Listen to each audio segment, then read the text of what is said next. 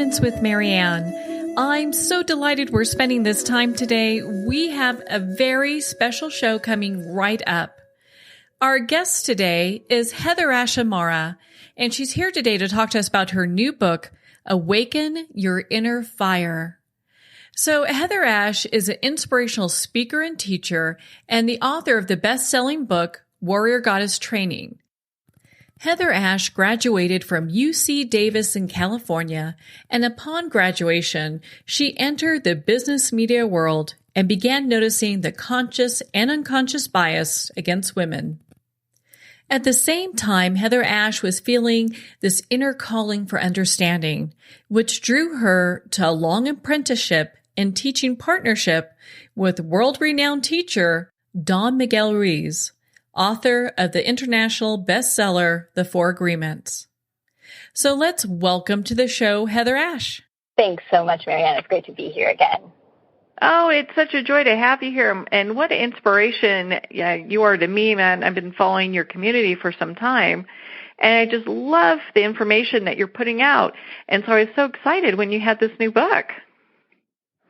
Yes, me too. This book has been in the works for a long time, so I was very happy when it was released to the world.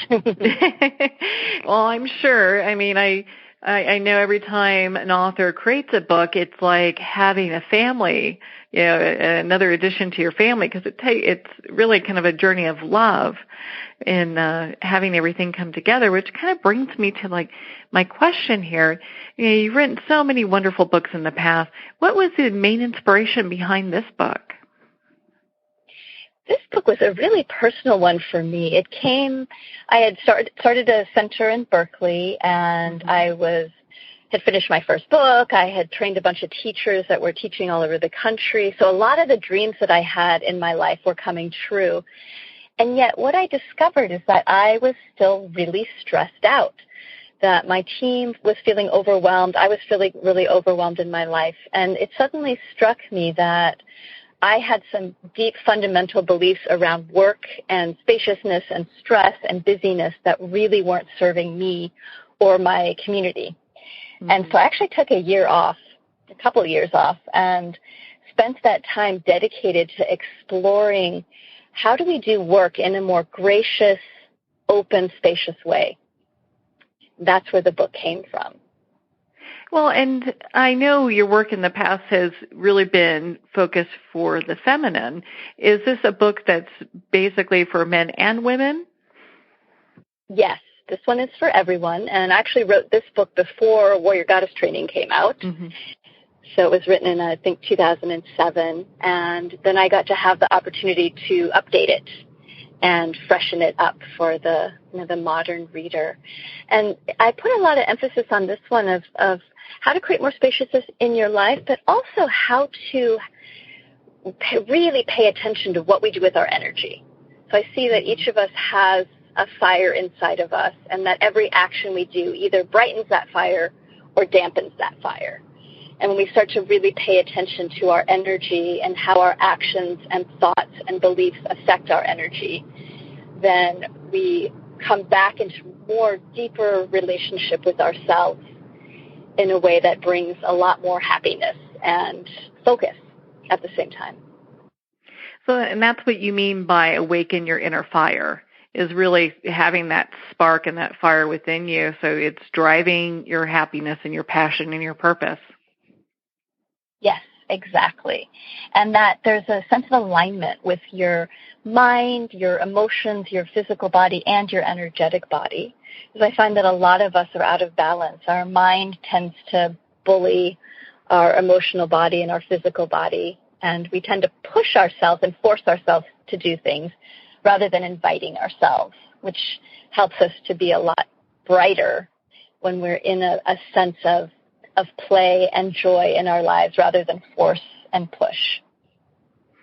Yeah, I think many people can relate to that, especially when we look at a world that's so busy. We're a society that's addicted to busyness. We really are. And I remember when email first started, people saying, oh my gosh, this is going to be amazing because we're going to have so much more leisure time because of email. I remember that. Yes. Yeah. And so now we're in this incredible digital world where we're expected to answer things instantaneously. And there's so much data coming at us. Our world is speeding up, and awakening your inner fire for me is about learning to really tend to your own energy and your own presence so that you slow down even as the world is speeding up. And in slowing down, you actually get more done. Well, and that's so amazing because I do remember the time when they said, oh, you're going to have so much more time. This is all going to be innovated for you, and it's just going to be perfect. And what's happened is kind of the flip, where we have people that are addicted to their cell phones.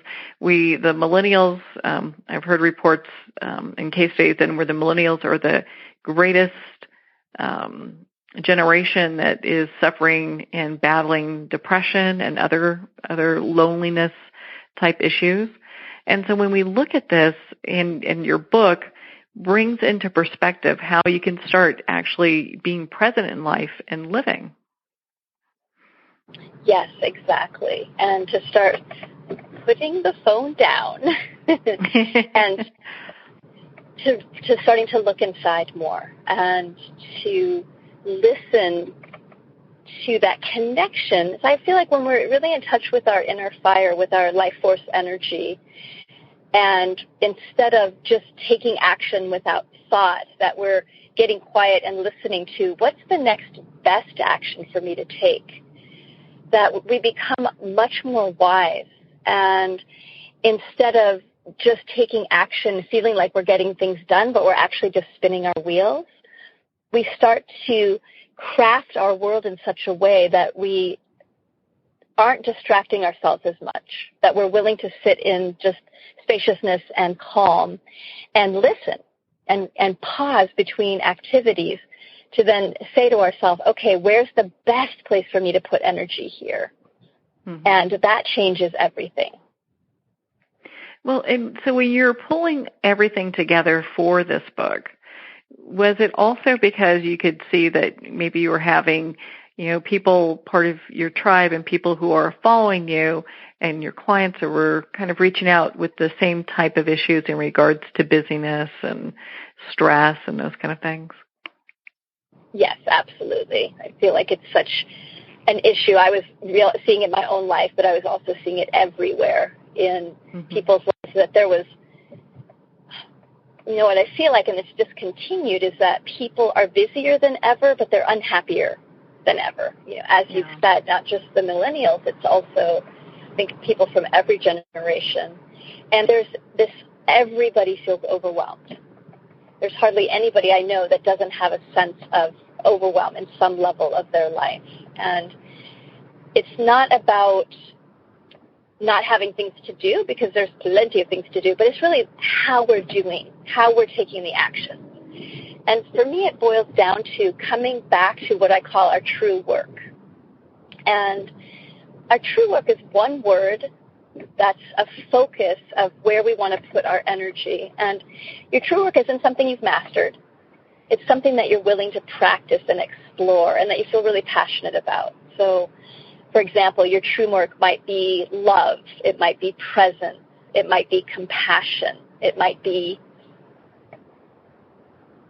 being centered. And how you know it's your true work is it's something that you can do and practice everywhere in your life. So at your 9-to-5 job, we'll say, with your family, and that you can also practice it when you're picking up dog poo, that you can be practicing it everywhere. So if things are going great in your life, you can practice your true work. If things are really challenging and feel like they're falling apart, then you can really practice your true work.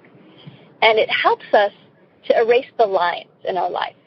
And that's where I see we've created a lot of suffering for ourselves, is that we've created all these lines of this is my work and this is my spirituality and this is my family time. And what having our true work does is it starts to erase those lines so that we're practicing something from our center, from our core, across the board. And it creates this beauty in our lives is what I've seen. Mm.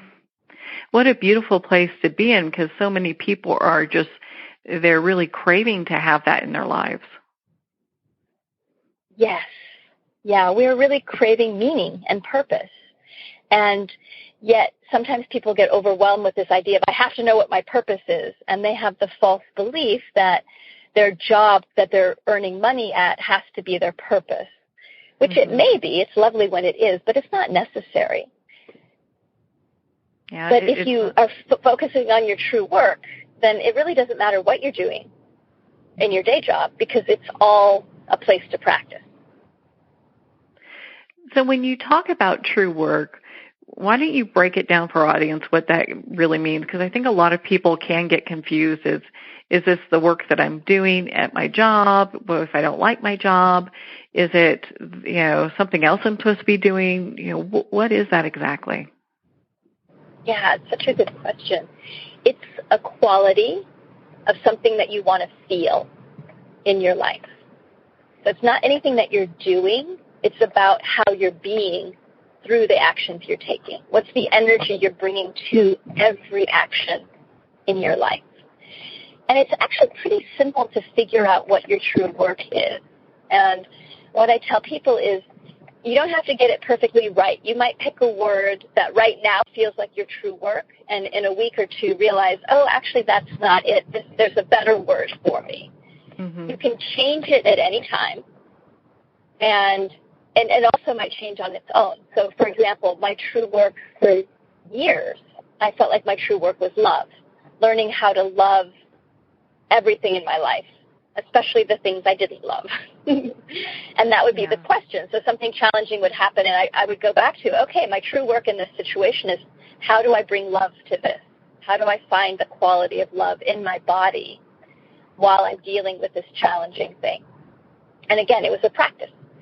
And then recently, my word changed, and I feel like now my true work is presence. How do I become present with everything that I'm doing? So an easy way to find your true work is to just sit quietly. And I like to imagine that you have a little pebble or a little rock that you drop into the top of your head.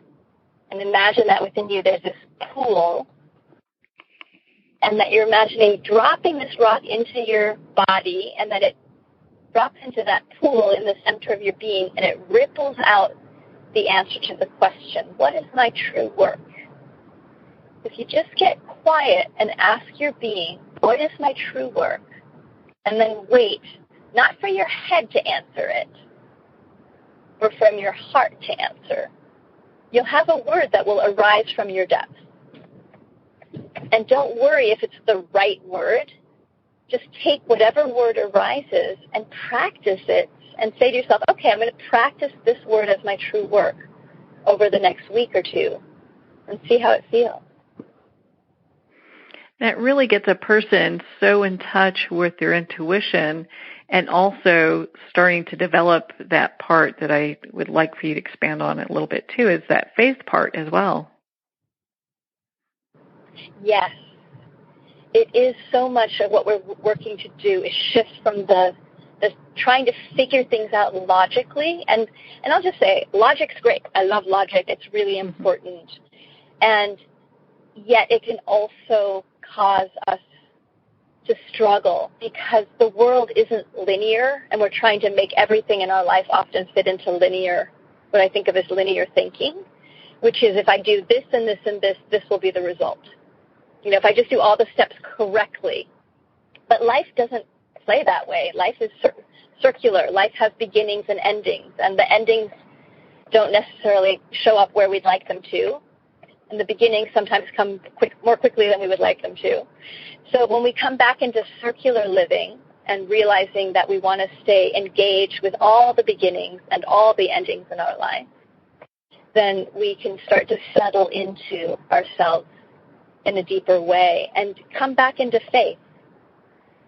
Faith knows that things take time. If you think about a garden, you plant the seed for something and it doesn't grow immediately. It takes time.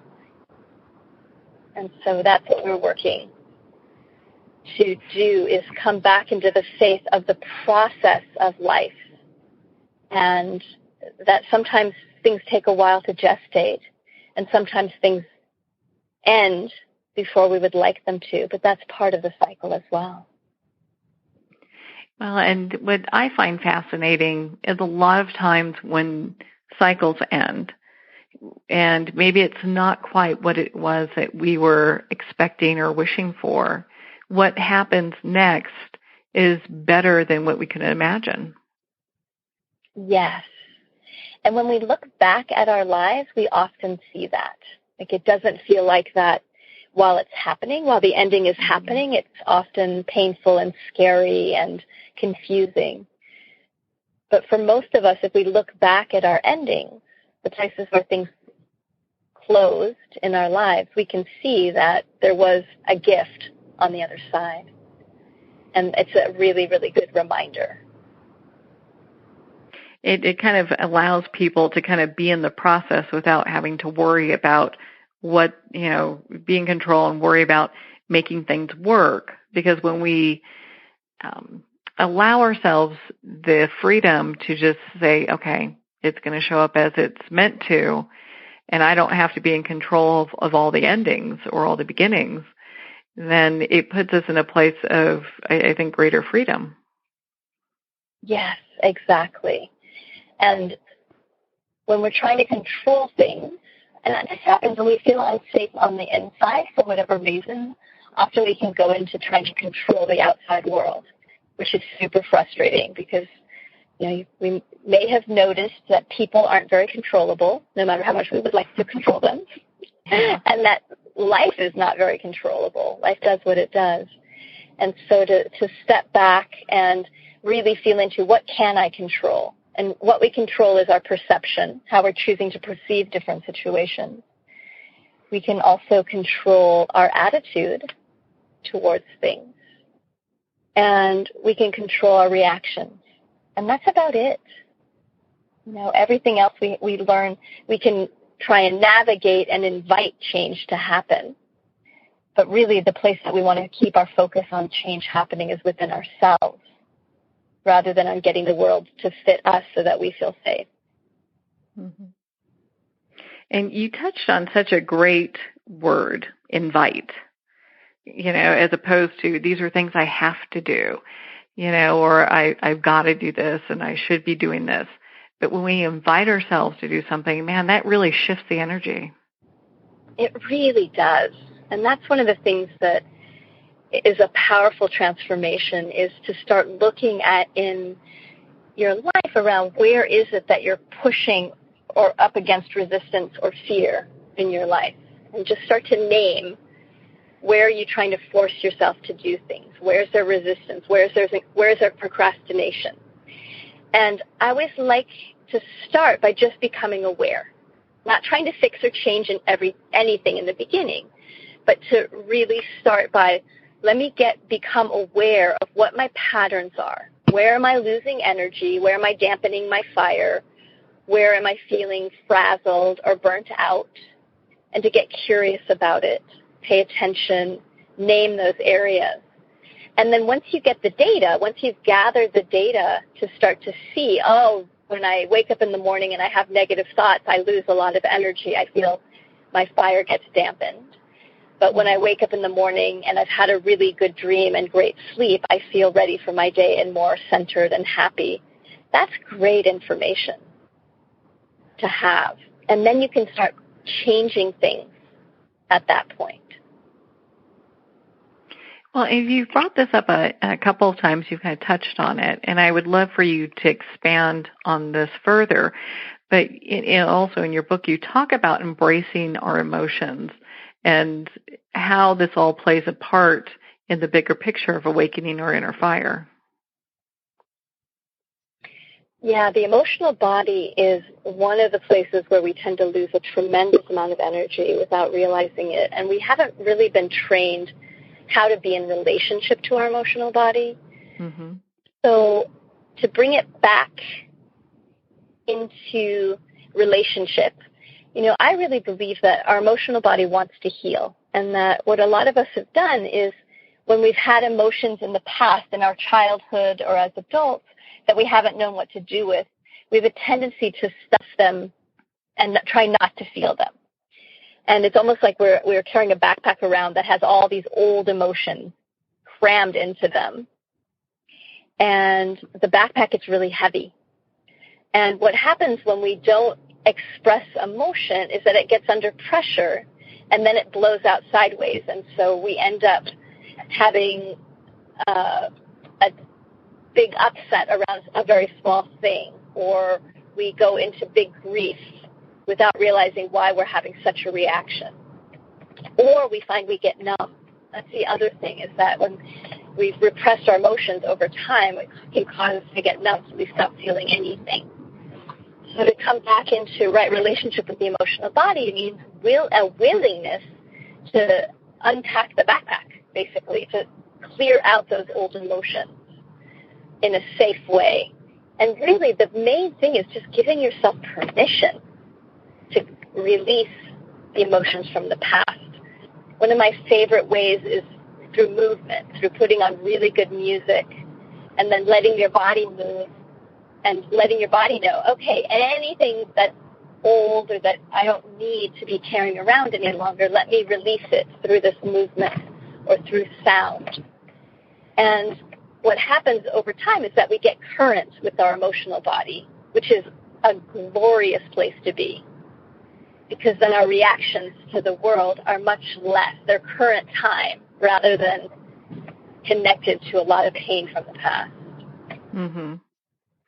Yeah, it's interesting because a lot of times I think people get confused. It's like, well, I've got all these old emotions.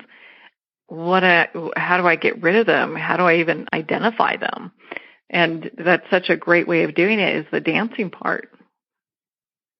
Yeah, it's really helpful. And to be creative. So, for example, I was on the road and was living in an RV for a year, and during my travels, I hit this place of all this anger, and I realized it was anger from the past, and that I didn't need to figure out where it came from. I just needed to clear it. And so what I would do is regularly, when I felt that anger arise, I would pull over and go run into the desert and start throwing rocks and screaming.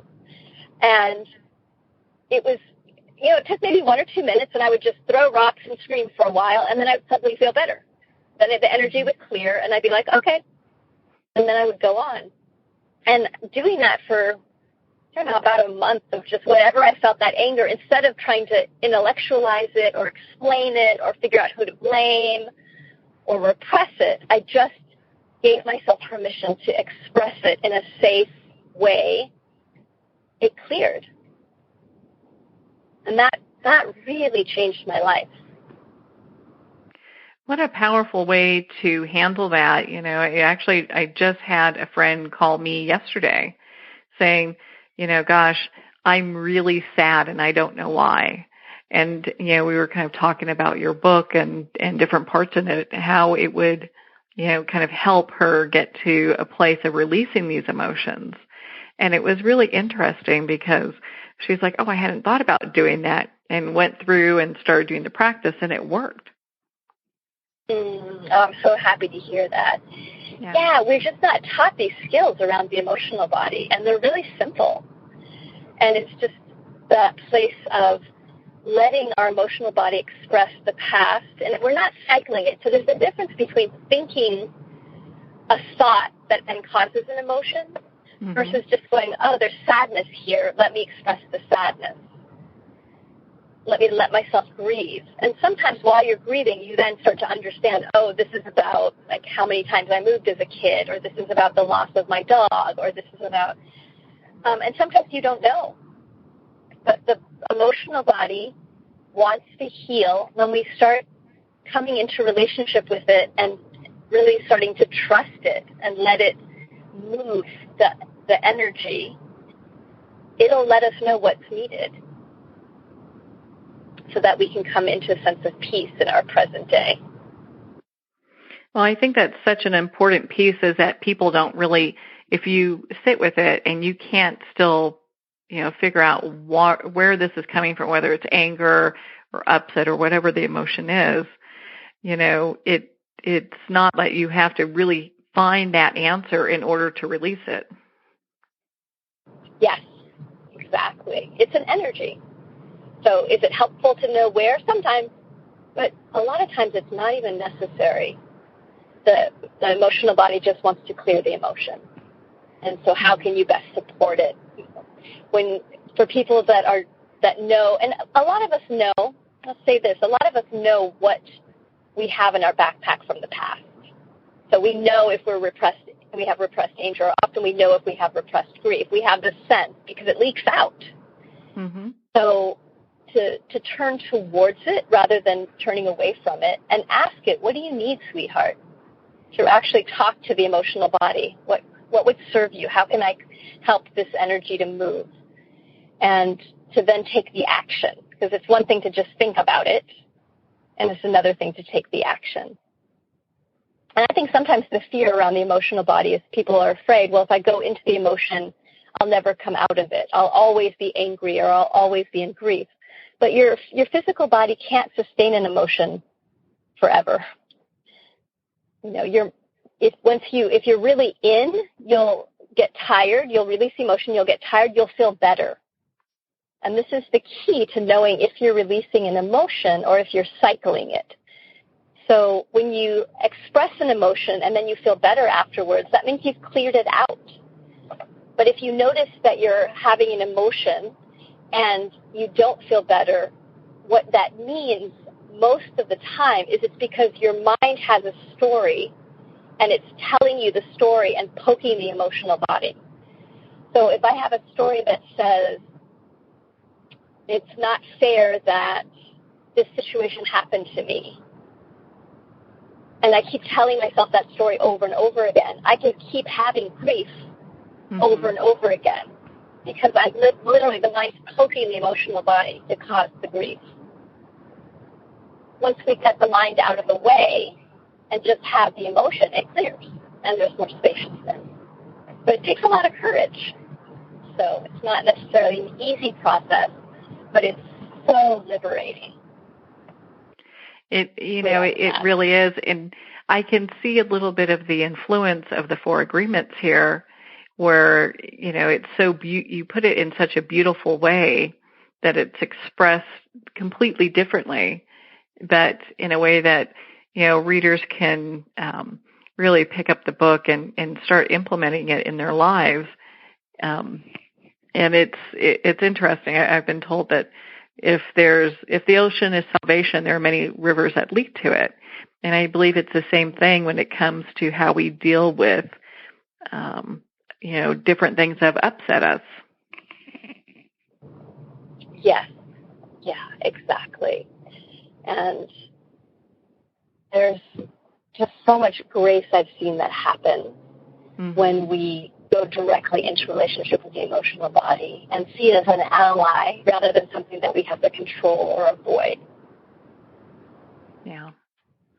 Well, so in your book, you also talk about, making the bodily connection. And so what does that mean? Because, for people that now they've like, okay, well, I'm dealing with my emotions. I notice them, I release them. But now I need to make a bodily connection. So what do I do? Coming back into relationship with the body around work is so important because especially those of us that are working with computers, we have a tendency to ignore our body. Can you think about how many times have you been working and didn't stretch regularly or didn't go to the bathroom or forgot to drink water and hydrate yourself? So sometimes our mind, again, overrides the body in a couple of different ways. One, that it pushes it and doesn't listen to what the body needs. And the other is that the mind then tends to tell the body what it should look like or what it should feel like. So we're not really in relationship with our actual body. We're in relationship with our image of what we think our body should be. And that's not healthy and doesn't serve us at all. So making the bodily connection is around starting to actually listen to what does your body need? How much sleep? Really basic. How much sleep does your body need? How much exercise? What kind of food? What serves it over time? And I think about it is that in relationship with our body, we really want to learn what nourishes our body in the long run versus what nourishes our body in the short run. So an example, short-term nourishment is sugar and coffee. Mm-hmm. They make us feel great in the short term, but often not so great in the long term. And there's a lot of things in our life that's like this, where it feels good in the short run, but it actually doesn't serve us in the long term. And that's what we want to explore with our body. When we're moving towards long-term nourishment, it can feel uncomfortable in the short run. So, for example, one of the examples that I use is that one way that people dampen their inner fire is by not speaking their truth, is by agreeing with what everybody else wants. And, especially if you're a pleaser and you want everybody else to like you, which is a common thing for humans, we think, well, I'll just do what other people want me to do, and then I'll be liked and have friends. So in the short term, it feels good because you feel like people like me. Mm-hmm. In the long run, it's incredibly damaging because you don't know what you want or what you like or who you are. But to change that pattern is going to be uncomfortable. For example, if somebody says to you, hey, where do you want to go to lunch today? And your pattern for years has been, I don't know, where do you want to go to lunch? Then the first time you change that pattern, that you listen to your body, you really ask your body, hey, body, what do you actually want for lunch? And you go to speak it, it's probably not going to come out, well, I'd really like to go to Italian food today. It's probably going to come out either, I want to go to Italian food, because it's been under pressure, mm-hmm. Or it's going to come out, well, I think Italian food would be okay. What do you think? Do you like Italian food? Would that be okay for you? We don't really have to go to Italian food. So it's either going to come out really rough or probably really apologetic. And we just have to bear with ourselves and support ourselves and love ourselves through that awkwardness of changing the pattern. And know it'll benefit us in the long run. It'll just feel vulnerable, icky, scary, perhaps, in the short run. But it doesn't mean you're doing it wrong. It means you're practicing standing up for what your body needs or what your body wants. Well, and you're so right. It's such a practice because it's when we get into these different spaces, where I always find the challenge over the years has been to be able to be assertive without aggression. Because when you come from a corporate world, everything's aggression, and it's you're in that kind of male spot, that male space all the time. So it's nice to be able to kind of reaffirm that, gosh, I can do this and be more in control with what it is I'm doing with just being assertive, Yes, exactly. And that we can be really strong and really firm and really open-hearted. I think this is the difference is that most of us have learned to make a boundary or to be forceful in the world means that we have to close our heart and push our opinion or our idea or our belief. And that actually ends up dampening your fire because you're trying to force something to happen versus learning. And it's a skill. We have to learn it because there's very few role models for this. I'll put it that way. And we didn't learn it probably from our parents or our schooling.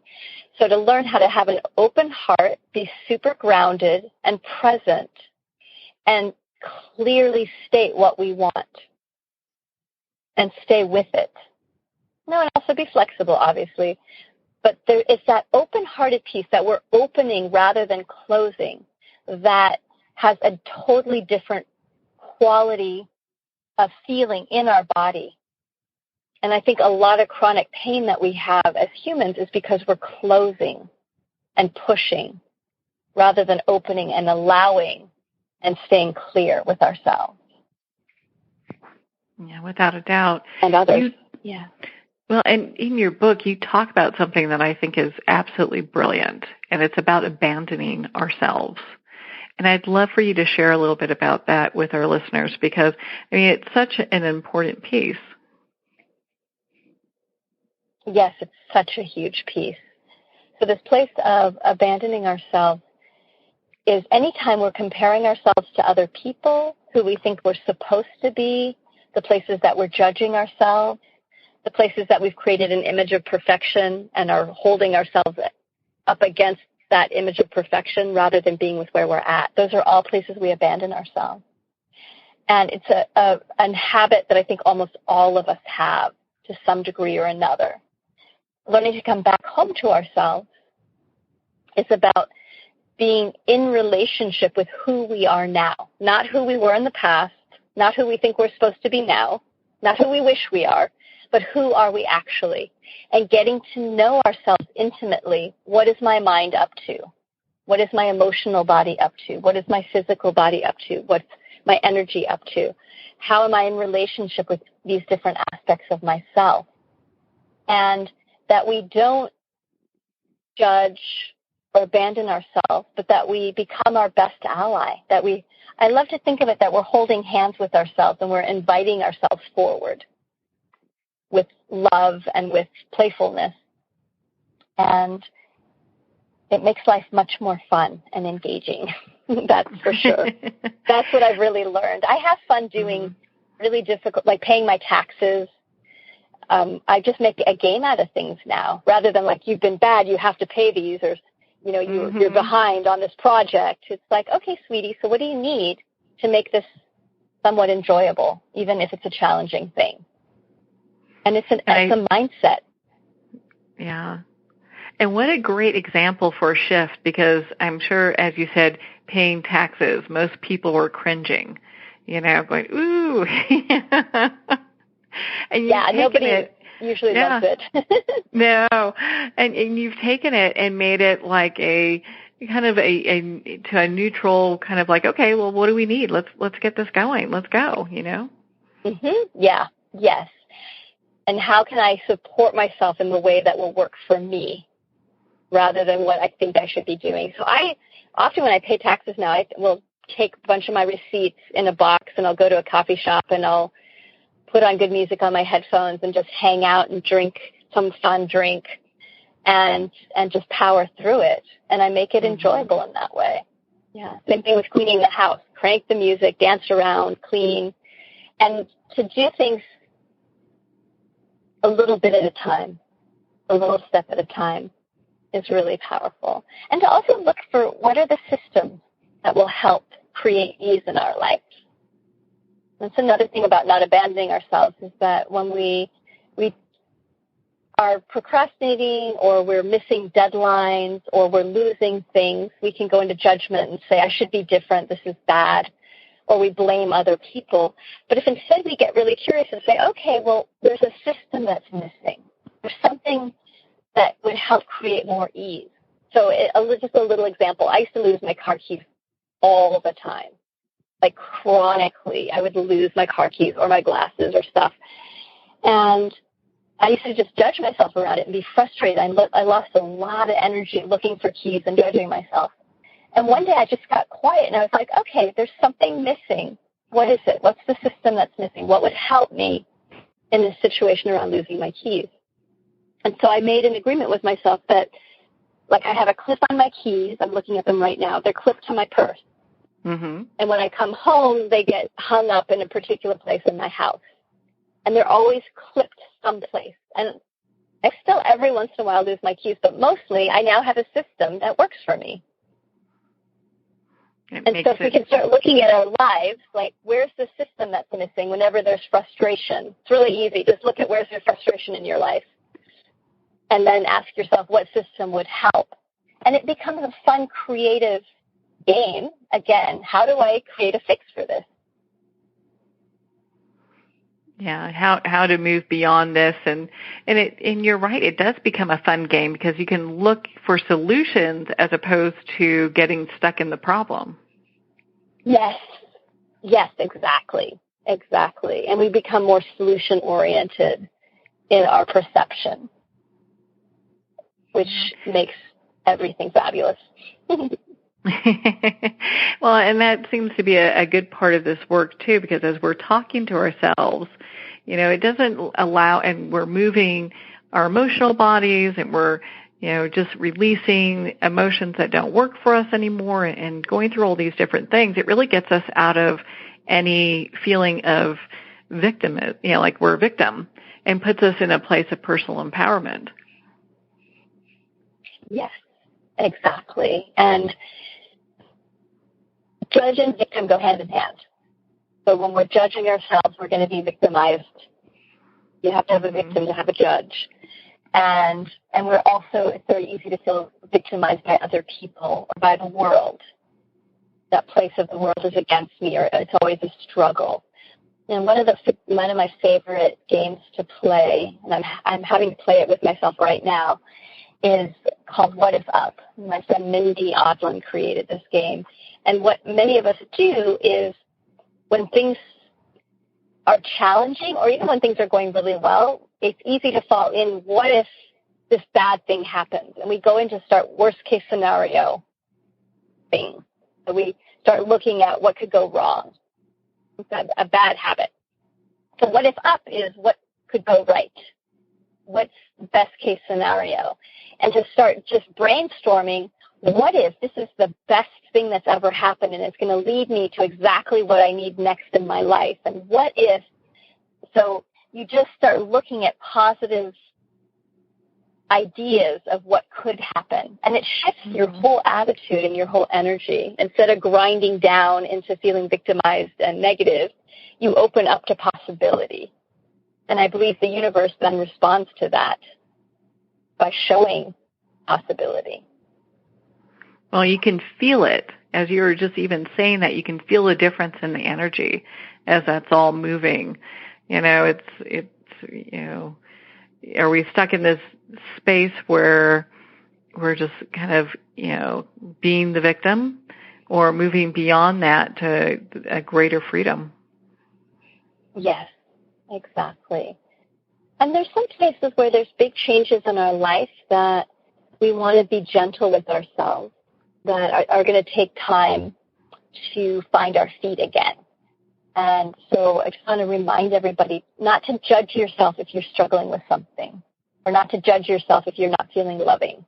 Because sometimes we can create a lot of suffering for ourselves by, like, I should be more loving right now. What's wrong with me? Or I should be over this already.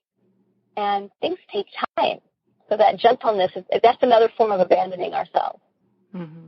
Whatever you're working through, keep coming back to, instead of this shouldn't be happening or I shouldn't be having this experience, keep coming back to, what do I need? How do I hold my own hand through this experience or through this challenge? And it'll take as long as it takes. Sometimes some things take longer than others. It's a good thing to continue to remind ourselves. Well, and it's so well put, this abandoning ourselves, because when we think about that, going, am I abandoning myself right now with this thought process? It really allows you to get into the moment and be present in regards to how it is that we're acting or thinking or doing. Yes, it really does. And it can be kind of horrifying to realize how often we abandon ourselves. Mm-hmm. And so, again, be gentle as you're going through this process. And, I've been on this path for a long time, and I really feel like I read this book for myself. Like, I'm excited to go back and read it again because I'm still working on some of these things. I've come a long way.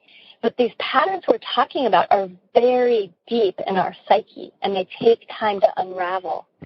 And it's not that you're going to read my book, or I think any book, and just go, oh, good, now I'm never going to abandon myself again, and I'm always going to invite myself forward to what I want to create. It's an ongoing course correction that can be done with love. And I find, today that I'll get stuck with something, but I recover much more quickly.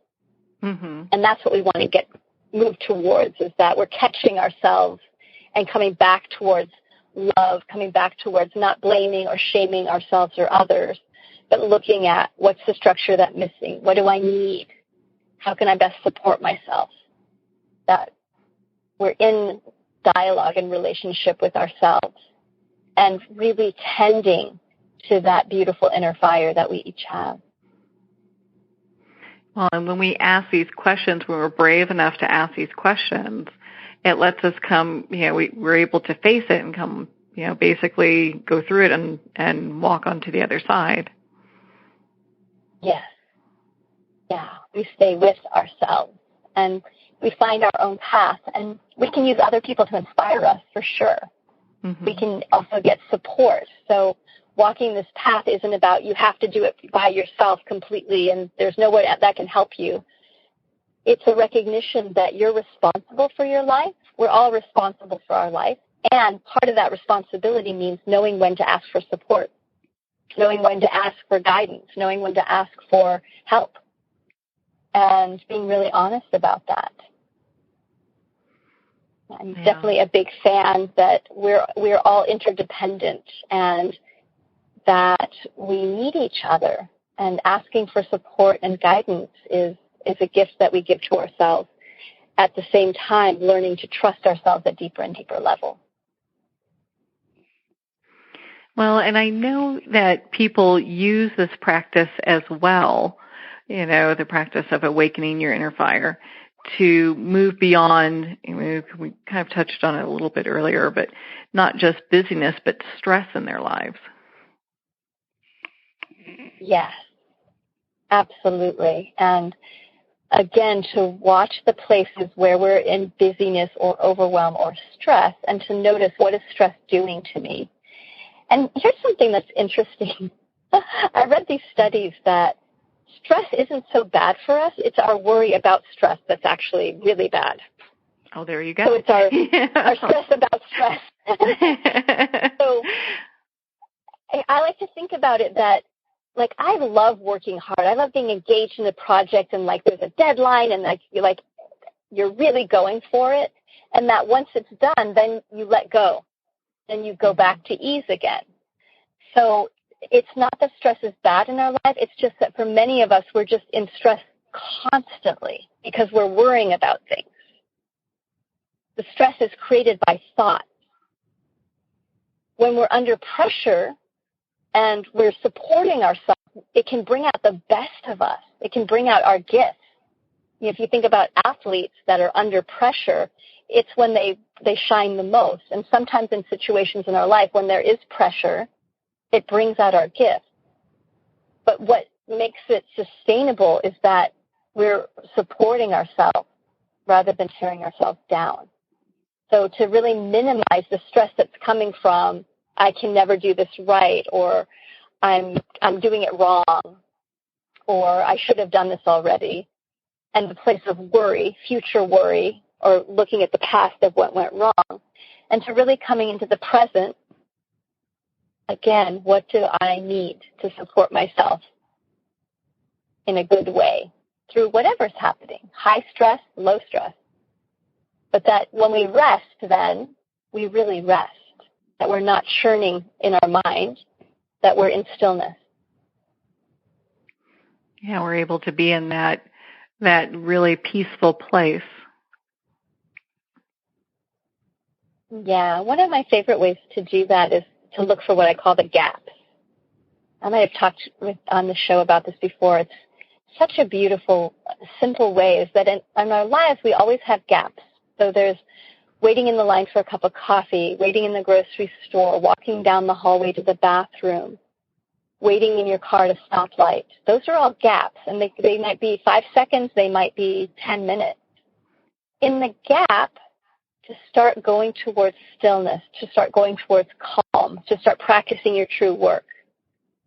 So, for example, I had an acupuncture session today, and I had a 5-minute that showed up.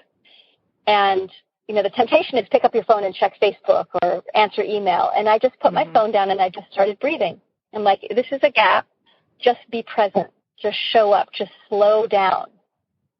And when we start to use those gaps as an opportunity to create more stillness or more peace or more calm in our body, then it's going to totally rewire us in a beautiful way. And so don't start to switch the pattern of filling the gaps with worry or filling the gaps with busyness. And what else can you fill the gap with? And meditation would be great, Yeah, exactly. Yeah, exactly. Yeah, singing a fun song every time you're at a stoplight. So we can really change our relationship with ourselves by consciously inserting what we want in those gaps and making those sacred for ourselves. Yeah. I mean, it really allows us to, be in that present moment where we can really enjoy life, as opposed to, how you were talking about, like, making that choice not to, check the phone and look and see what's going on social media. Yes. And it takes restraint.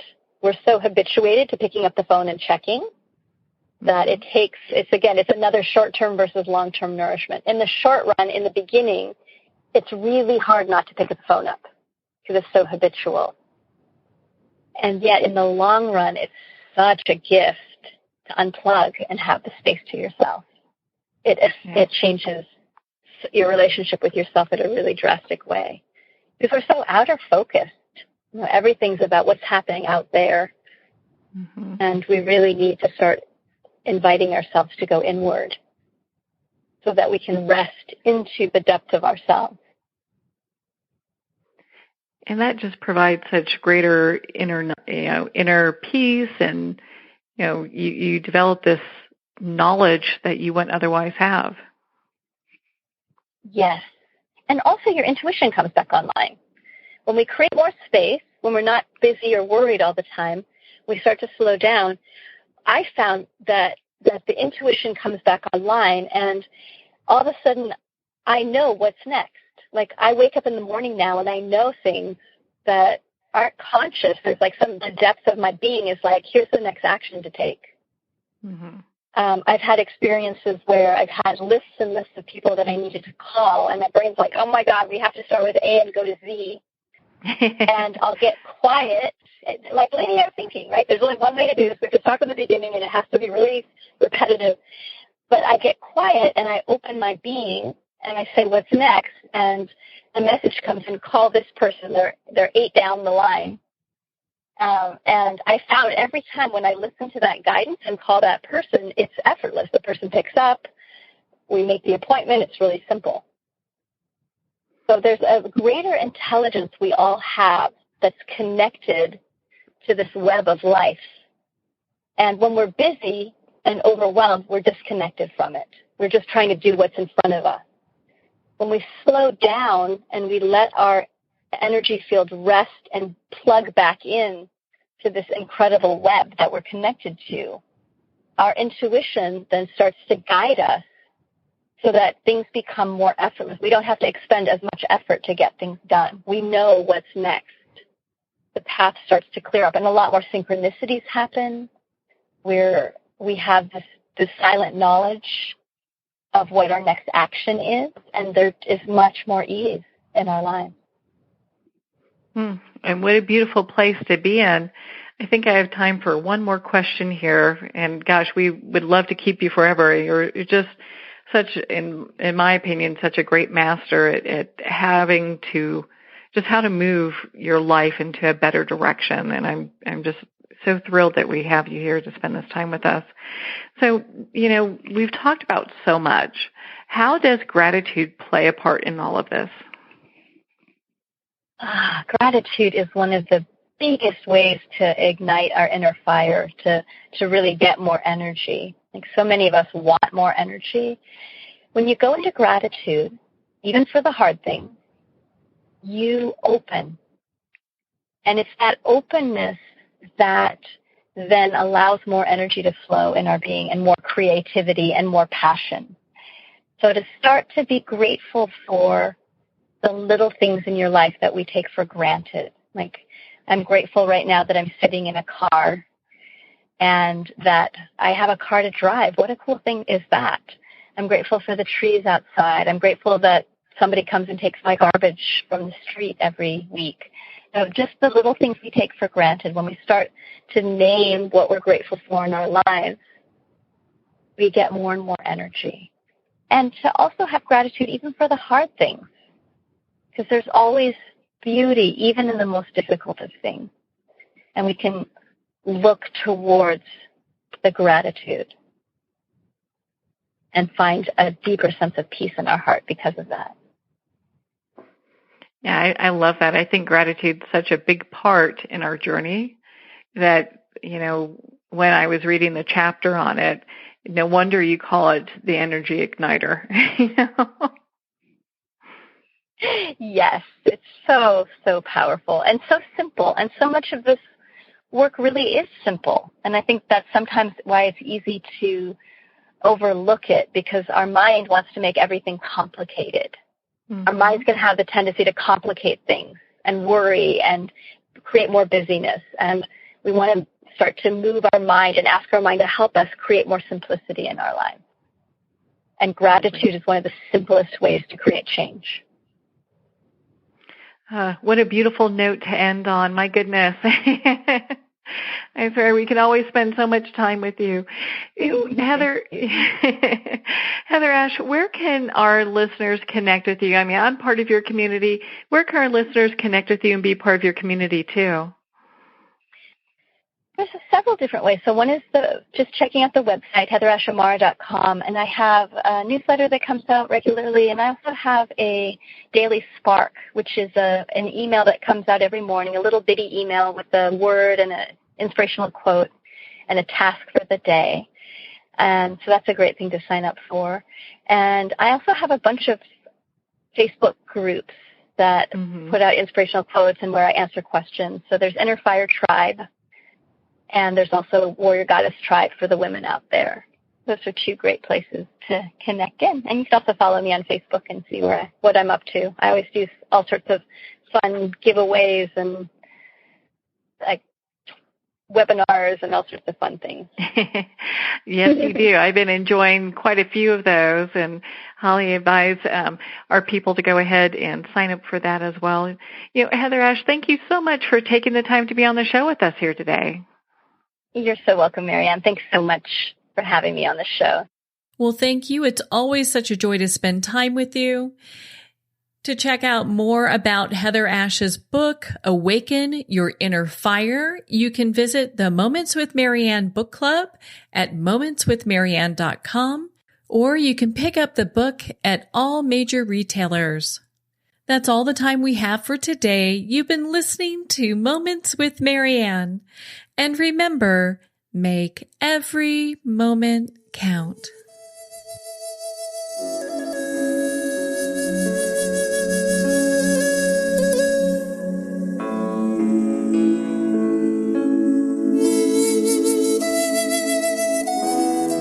In a single moment, your life can change. Moments with Marianne is a transformative hour that covers an endless array of topics with the best of the best. Her guests are leaders in their fields, ranging from inspirational authors, top industry leaders, and business and spiritual entrepreneurs. Each guest is gifted and a true visionary, a recognized leader in her own work, and while teaching others to develop, refocus, and grow, Marianne will bring the best guest and sometimes a special surprise. Don't miss this. You never know just which moment will change your life forever. Moments with Marianne airs every Thursday, Friday, and Sunday at 8 p.m. Eastern, 6 p.m. Mountain Time. Make sure to tune in and visit momentswithmarianne.com for more information.